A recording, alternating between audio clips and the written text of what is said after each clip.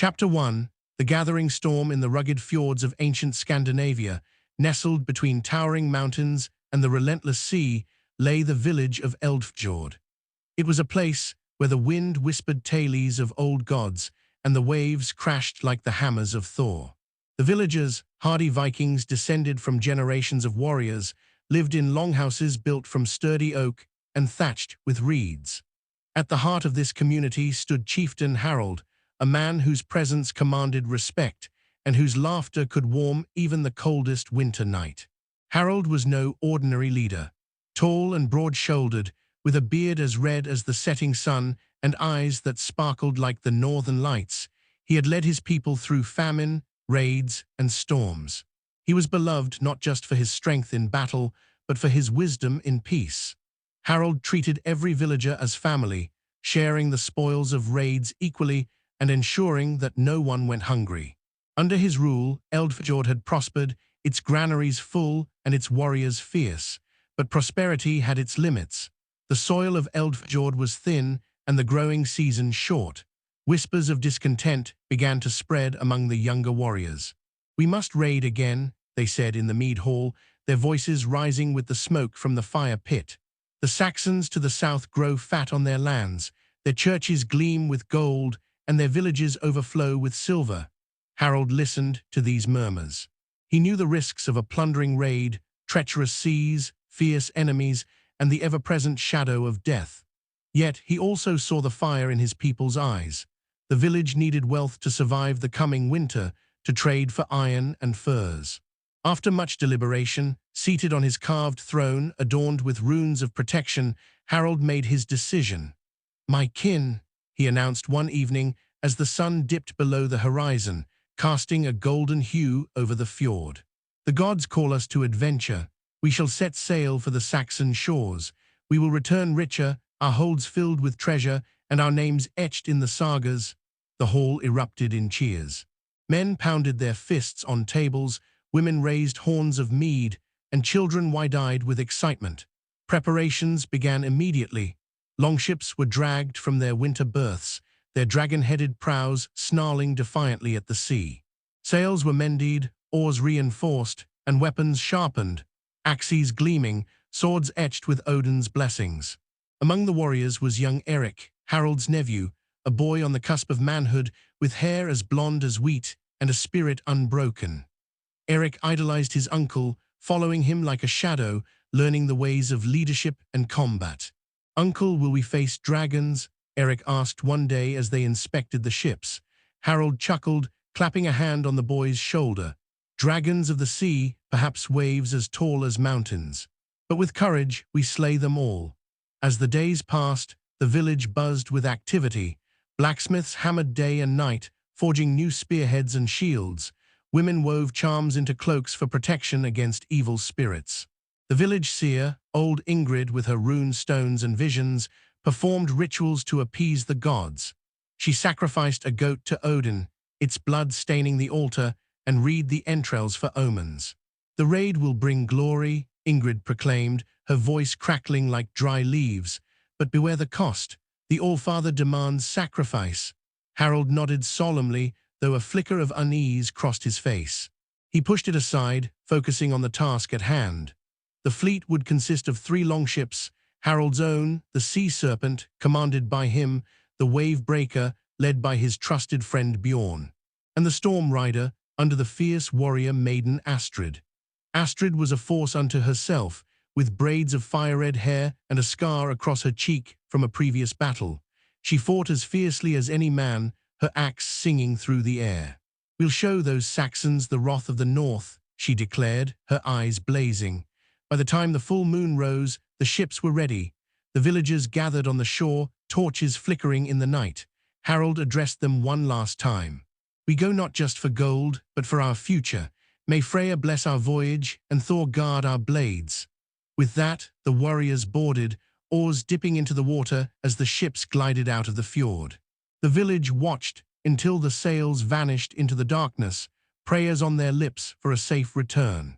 Chapter 2. The voyage south. The sea was a merciless mistress, but the Vikings of Eldfjord were her favored sons. As the longships cut through the waves, the wind filled their sails, propelling them southward toward the Saxon lands. The journey was arduous, spanning days of relentless rowing when the winds failed, and nights under starlit skies where stories of past glories were shared around small fires kindled on deck. Harald stood at the prow of the sea serpent, his cloak billowing like a banner. He scanned the horizon, his mind a whirlwind of strategy and memory. He recalled his first raid as a young man, the thrill of battle, the taste of victory. But now, as chieftain, the weight of responsibility pressed upon him. Every life on these ships was in his hands. Eric, ever eager, manned an oar beside seasoned warriors. His muscles ached from the effort, but he refused to complain. "Tell us of the Saxons, uncle," he called out during a lull. Harald turned, a smile creasing his weathered face. "They are farmers and monks, boy. Their kings build stone fortresses, but their hearts are soft. They pray to their one god, forgetting the power of many." Bjorn from the nearby wave breaker shouted across the water. "And their treasure, golden crosses, silver chalices, enough to make us kings." Laughter rippled through the fleet. But not all was mirth. Storms brewed on the horizon, dark clouds gathering like angry giants. One night, as lightning cracked the sky, Thor's hammer seemed to strike the sea itself. Waves towered over the ships, threatening to swallow them whole. "Hold fast," Harald bellowed, gripping the tiller. The warriors belayed water furiously, their faces grim. Astrid, on the Storm Rider, sang a battle hymn to rally her crew, her voice cutting through the gale. Through skill and sheer will, they weathered the storm. As dawn broke, the sea calmed, and the sun revealed a coastline in the distance, the green hills of Saxon England. Relief washed over the Vikings, but tension mounted. They were in enemy waters now. They anchored in a hidden cove, scouts sent ashore to reconnaissance. The reports were promising, a nearby village, unguarded, with a monastery rich in relics. "The gods smile upon us," Harald said, gathering his captains. "We strike at dawn." That night, around a concealed fire, the warriors prepared. Shields were painted with runes, arrows fletched, and plans drawn in the sand. Harald emphasized caution. "We take what we need, no more. Spare the innocent if they yield." Astrid nodded, though her eyes hungered for battle. Eric, sharpening his dagger, felt a mix of fear and excitement. "Will I fight beside you, uncle?" "Aye, lad. Stay close and remember. Courage is not the absence of fear, but mastering it." As the stars wheeled overhead, the Vikings slept fitfully, dreams filled with glory and gold. The voyage had tested them, but the true trial lay ahead. Chapter 3. The plunder dawn broke with a crimson sky, omen of blood to come. The Vikings slipped from their ships like shadows, axes at the ready, shields strapped to their backs. Harald led the way through the mist-shrouded woods, his footsteps silent on the dew-kissed grass. The village lay before them, smoke curling from thatched roofs, unaware of the storm descending. With a roar that echoed like thunder, the Vikings charged. "For Odin," they cried, bursting into the settlement. Panic ensued, villagers fled, monks clutched their crosses, and a few brave men grabbed pitchforks to defend their homes. Harald's axe cleaved through a door, revealing a hoard of silver inside a hall. "Take it all," he commanded. His warriors swarmed, filling sacks with coins, jewels, and sacred artifacts. Eric, by his side, parried a blow from a Saxon farmer, his heart pounding. Astrid's group stormed the monastery, her blade flashing as she cut down resistors. "The gold is ours," she shouted, prying open chests filled with treasures. The raid was swift and successful, but not without loss. A Viking fell to an arrow, another to a desperate sword thrust. Yet the Saxons were overmatched, their defenses crumbling. As the Vikings retreated to their ships, laden with riches, a Saxon warband arrived too late. Arrows flew, but the longships pushed off, oars churning the water.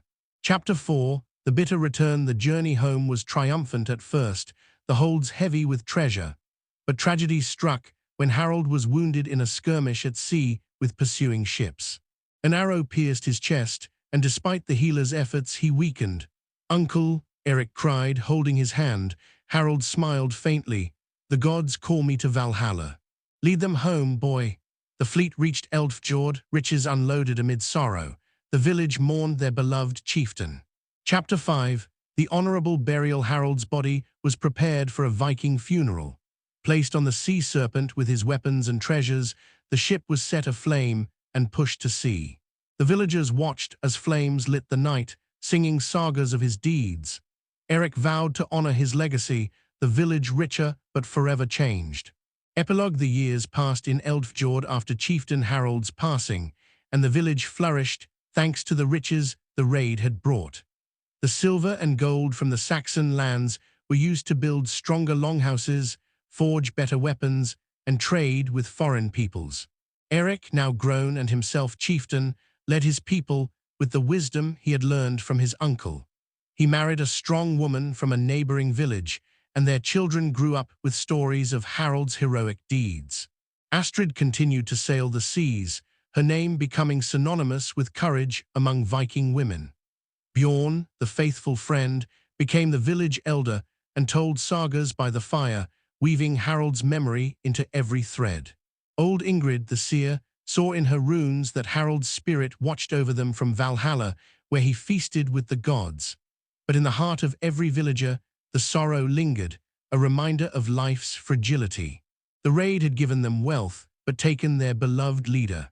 Eldfjord stood strong, a testament to Harald's legacy, and in the fjord's waters, the stars reflected as eternal witnesses to their saga. Thus ends the story of the last plundering raid, but the legends live on, whispered by the wind and sung by the waves.